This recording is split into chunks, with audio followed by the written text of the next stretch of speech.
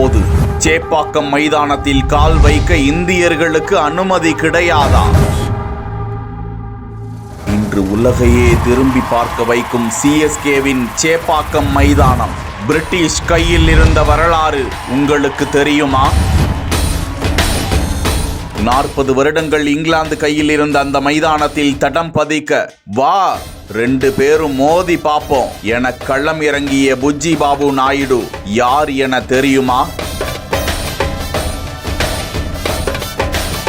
இங்கிலாந்துடன் போட்டி வைத்து அதிக முறை வெற்றி கண்டு மைதானத்தை கைப்பற்ற காரணகர்த்தாவான புஜ்ஜி பாபு யார்?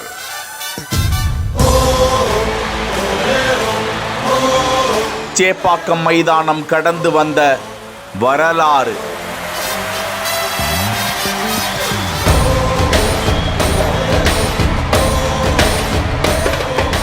புஜ்ஜி பாபு நாயுடு காலனித்துவ காலத்தில் இந்திய கிரிக்கெட்டின் முன்னோடியாக இருந்தவர். 1868 ஆண்டு முதல் 1908 ஆண்டு வரை இந்த மண்ணில் இருந்தவர். மெட்ராஸ் கிரிக்கெட்டின் தந்தை என்றும் அவர் அழைக்கப்படுகிறார். சென்னை ஐஸ் ஹவுஸை சேர்ந்த புஜ்ஜி பாபு நாயுடு பெரும் செல்வந்த குடும்பத்தில் தத்தெடுக்கப்பட்டு வளர்க்கப்பட்டவர். சென்னை பிரசிடென்சி கல்லூரியில் பட்டம் முடித்தவர். ஆரம்பத்தில் இருந்தே அவருக்கு டென்னிஸ் மற்றும் கிரிக்கெட்டில் அதிக நாட்டம். அப்போது கிரிக்கெட் விளையாட்டு வெளிநாட்டவர்கள் மட்டும் விளையாடும் ஒரு விளையாட்டாக பார்க்கப்பட்டது. பிரிட்டிஷார் சேப்பாக்கம் மைதானத்தில் விளையாடி கொண்டிருந்த போது தூரத்தில் இருந்து எட்டி பார்ப்பவர்களாகத்தான் தமிழர்களும் கிரிக்கெட் வீரர்களும் இருந்தனர். அப்படியே கிரிக்கெட் விளையாண்டாலும் வெளி மைதானங்களில் தான் விளையாட வேண்டும். சேப்பாக்கத்தில் விளையாட அனுமதி கிடையாது. புஜ்ஜி பாபு நாயுடு ஒரு சிறந்த கிரிக்கெட் பிளேயராக இருந்தார். அவர் ஏராளமான இந்திய வீரர்களுக்கு அப்போது பயிற்சியும் அளித்தார். வெளிநாட்டு ஜாம்பவான்கள் விளையாடக்கூடிய அந்த மைதானத்தில் ஏன் இந்தியர்கள் கால் வைக்கக்கூடாது,